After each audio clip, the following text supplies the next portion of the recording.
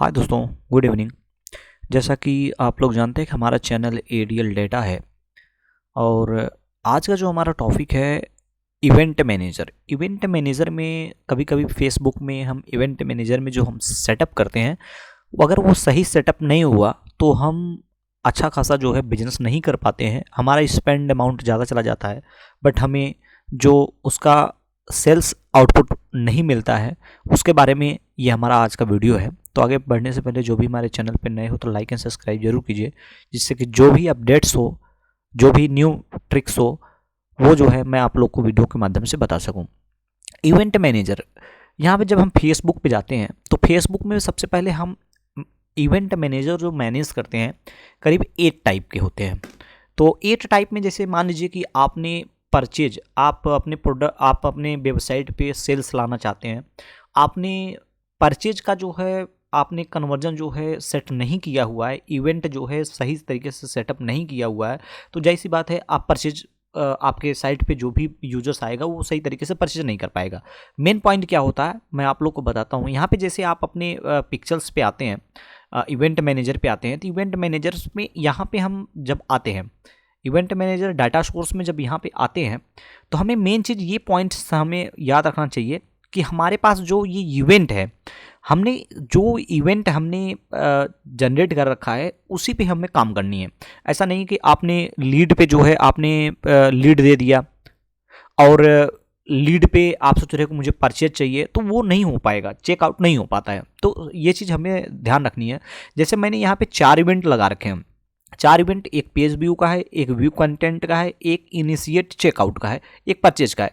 अब ये main important काम कहाँ पे आता है मैं आप लोग को बताता हूँ। जैसे मान लीजिए कि ये चीज़ जो है मैं यहाँ से क्रिएट्स करता हूँ। जब मैं यहाँ से क्रिएट करता हूँ टेस्ट जो है इसको जो मैं क्रिएट करता हूँ तो ये इसका जो इफेक्ट पड़ता है कहाँ पड़ता है, तो यहाँ पे जो हमने 4 ये चीज़ें एक्टिव कर रखा है इवेंट को, हम इसी पे वर्कआउट करेंगे। अगर हम इसी पे वर्कआउट करेंगे तभी हम इस पे अच्छा खासा सेल निकाल सकते हैं। ये बहुत ही इम्पॉर्टेंट है। अगर इसको आप सही तरीके से समझ लेते हैं तो आप अपने वेबसाइट पे अच्छा खासा ऑर्डर जनरेट कर सकते हैं।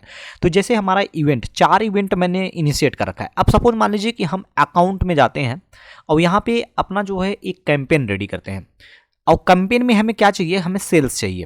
मान लीजिए कि हमें सेल्स चाहिए। यहाँ पे मैंने एक अवेयरनेस है, ट्रैफिक है, एंगेजमेंट है, लीड है, ऐप प्रमोशंस है। अब देखिए ये लीड का अलग मैटर्स हो जाता है, इसका जो है मैं आगे आप लोग को दिखाता हूँ। यहाँ पे सेल्स है, मुझे क्या है कि वेबसाइट पे सेल्स जनरेट करनी है, तो हम यहाँ पे सेल्स पे आते हैं।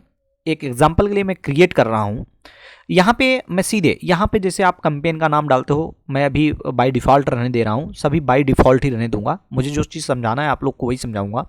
यहाँ पे मैं ऐड सेट नेम भी वही सेम रखूँगा, सब कुछ सारा सेम रखूँगा। अब यहाँ पे पॉइंट आती है मेन समझने का कि हमारा ये जो पिक्सल्स है, हमारा तो पिक्सल्स क्रिएट कर रखा है। यहाँ पे कन्वर्जन इवेंट हमारा क्या मायने रखता है। अब यहाँ पे देखिए, यहाँ पे हमने क्या है, व्यू कंटेंट यहाँ पे इनएक्टिव, ये व्यू कंटेंट एक्टिव है, ये add to info not active है, add to cart not active है। बट ये हमने क्या है कॉन्फ़िगर कर रखा है। जैसे ऐड टू कार्ट हो गया, ऐड टू विच लिस्ट हो गया, यहाँ पे हमने कंप्लीट रजिस्ट्रेशन नहीं किया है, क्योंकि ये बहुत ही इंपॉर्टेंट रखता है।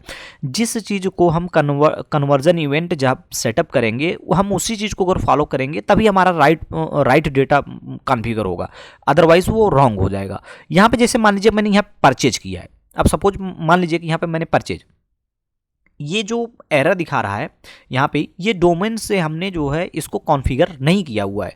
ये जो इवेंट मैनेजर पे जो हमारा इवेंट है इसको हमने एक्टिव नहीं है, क्योंकि जाहिर सी बात है यहाँ पे हमने एक्टिव, यहाँ पे जब आप इवेंट कन्वर्जन इवेंट अगर आप अटैच करेंगे तो यहाँ पे इस तरीके से एरर देगा, क्योंकि वो एक्टिव नहीं है। अब जैसे मान लीजिए ऐड टू कार्ट, ये हमारा ऐड टू कार्ट डोमेन से एक्टिव है, ये ऐड टू विच लिस्ट है, ये एक्टिव है। इसके बाद जो है हमारा परचेज, ये एक्टिव है। अब यहाँ पे सपोज मान लीजिए जैसे ये हमारा परचेज है। अब यहाँ पे देख लीजिए हमने क्या डाल रखा है, यहाँ हमने परचेज डाल रखा है। मोस्टली अगर हम वेबसाइट पे अगर सेल लाना चाहते हैं तो इसी चीज़ को हम ज़्यादा फॉलो करते हैं। और लीड वगैरह जनरेट करनी होती है तो लीड भी हम यहाँ पे इवेंट मैनेजर में लीड का जो है ऑप्शन लेते हैं।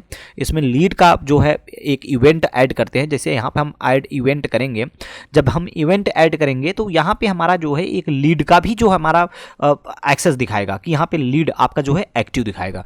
तो हम यहाँ पे लीड अगर जनरेट करते हैं तो लीड भी यहाँ पे देखेंगे, सपोज यहाँ पे लीड भी आएगी, यहाँ पे जैसे सर्च हो गया, लीड हो गया, कॉन्टैक्ट हो गया, या लीड है, यहाँ पे लीड है। तो ये सारी चीज़ें जब एक्टिव अगर आप करते हो तो आप उसी चीज़ को एक्टिव कीजिए जिस पे आपको काम करना है। तो मेन बेसिकली क्या होता है, एक इवेंट मैनेजर और यहाँ पे पिक्सल्स के बाद जब आप ऐड क्रिएट करते हैं ये बहुत इंपॉर्टेंट रखता है। अगर मान लीजिए सपोज कि यहाँ पे आपका परचेज इनएक्टिव है और यहाँ पे आप सोच रहे हो परचेज डाल दूँ, तो आपको जैसे पॉसिबल है कि वो डाटा मैच नहीं करेगा, तो वो आपका सही तरीके से कॉन्फ़िगर नहीं हुआ है। अब यहाँ सपोज मान लीजिए कि मैंने यहाँ परचेज लिया है, तो इस परचेज को क्या करूँगा, ये मैंने परचेज लिया है क्योंकि एक वेबसाइट पे सेल लाने के लिए ये जो 4 चीज़ें होती है ये बहुत ही इंपॉर्टेंट होती है और यही चारों करना चाहिए। अगर वेबसाइट से अगर सेल्स लाना चाहते हो तो ये कॉन्फ़िगर होना ज़रूरी होता है। ये इवेंट आप ज़रूर क्रिएट कीजिए। 4 के अलावा जो है अगर आपको ज़रूरत पड़ती है तो आप उसी पर वर्कआउट करोगे, जो ज़रूरत है वो उसी चीज़ को आप फॉलो करोगे। लेकिन अगर एक वेबसाइट पे अगर ऑर्डर लानी है तो ये सारी चीज़ें जो है इंपॉर्टेंट मायने रखती है, क्योंकि यहाँ इसी पे हम काम करते हैं। जैसे ही हमारे परचेज है, अब यहाँ पे हमारा क्या है, यहाँ पे हमने इवेंट क्या सेलेक्ट करनी है, परचेज सेलेक्ट करनी है। अब यहाँ पे जैसे परचेज, ये हो गया हमारा परचेज। अब यहाँ पे समझिए, यहाँ पे इवेंट मैनेजर में हमने परचेज ले रखा है। अब ये परचेज के टैग पे काम करेगा और ये हो गया हमने परचेज। इवेंट में कन्वर्जन इवेंट में हमने डाल दिया ये। अब यहाँ पे ये देख लीजिए, ये जो एरर आ रही है, your ad may not be optimize for conversion because we haven't receive any activity from the conversion you selected at all or in more than 14 days. ये अभी हमने इस पर, ये नया अकाउंट है, इस पर अभी हम काम नहीं कर रहे हैं। जैसे ही इस पर हम काम करेंगे तो ये आपका जो ये परचेज का है, जैसे आपका कोई कन्वर्जन रिसीव होगा तो ये बाद में ये जो है शो नहीं करेगा, तो इसको रहने देंगे। हमारा मेन पॉइंट क्या होता है कि परचेज, यहाँ पे जो कन्वर्जन इवेंट है परचेज, और जो हमने कन्वर्जन इवेंट जो है क्रिएट कर रखा है वो सेम टू सेम होना चाहिए। अगर सेम टू सेम है तब डाटा जाके जो है आपका मैच करेगा, उसके बाद जो है आप ट्रैफिक और परचेज सेल ला सकते हैं।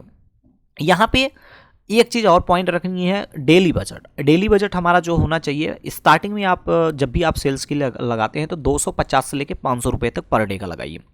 उसके बाद जैसे 2 दिन 3 दिन 4 दिन के बाद जो है, अगर आप जो है आपके जैसे कन्वर्जन बढ़ते जाते हैं, वो आप यहाँ पे डेली बजट आप इंक्रीज करना स्टार्ट कर सकते हैं। यहाँ पे डेली बजट आप डाल सकते हैं। यहाँ पे मेन पॉइंट एक चीज़ और होता है कि अगर ये बजट आप इकट्ठा डालते हो तो वो आपके ऑप्टिमाइजेशन होने में टाइम लगती है, जिससे कि आपका जो वैल्यूज़ है, अमाउंट है, वो ज़्यादा चला जाएगा, उसमें दिक्कत आ जाएगी। ये चीज़ ध्यान रखना है। और दूसरी चीज़ जो है हमारा ऑडियंस टारगेटिंग। पहले तो दो तरीके से ऑडियंस, आप जब भी आप ऑडियंस अगर सेलेक्ट करते हैं तो 2 तरीके से ऑडियंस सेलेक्ट कीजिए। एक प्री डिफाइन होता है, एक तो बाय डिफ़ॉल्ट होता है। बाय डिफ़ॉल्ट का मतलब जो है, बाय डिफ़ॉल्ट का मतलब ये होता है कि जैसे आपने कोई अपना खुद का ओन ऑडियंस क्रिएट नहीं किया। अगर आप खुद का अपना ऑडियंस क्रिएट करना चाहते हैं तो यहाँ से हम ऑडियंस क्रिएट कर सकते हैं, अपना खुद का एक ऑडियंस क्रिएट कर सकते हैं। वो अपने अकॉर्डिंग जो है ऑडियंस बना सकते हैं। हमें इन लोगों को दिखानी है और इन कैटेगरी में दिखानी है। अगर ये चीज़ आप फॉलो करते हैं तो आप 2 ऑडियंस के, एक फ्री डिफाइन होता है जो कि फेसबुक का पूरा, जैसे यहाँ पे पूरा टोटल एस्टिमेटेड ऑडियंस साइज दिखा दिया, और एक अपना साइज ऑडियंस साइज बनाएंगे जो कि आपका ओन होगा। वो दोनों आप जब भी रन कीजिए, 2 तरीके से रन कीजिए। रन करने के बाद जो है ऐड जो है, अब यहाँ पे जो मेरा बेसिकली इसमें था कन्वर्जन इवेंट के बारे में था।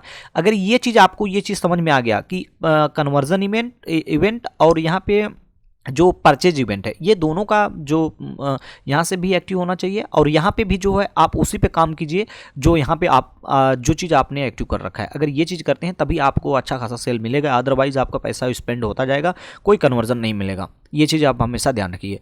तो ये था हमारा जो है आज का टॉपिक। अब बाकी जो है मैं एक इस पर जो है एक नया जो है ऐड बनाऊंगा।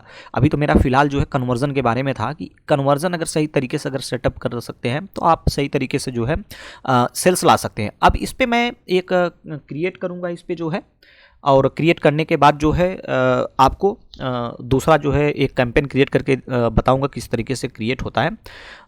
तो नेक्स्ट वीडियो में हम इसका जो है डिस्कशन करेंगे। आई होप आप लोग को वीडियो पसंद आया हो तो लाइक एंड सब्सक्राइब जरूर कीजिए। Thank you so much. Have a good day.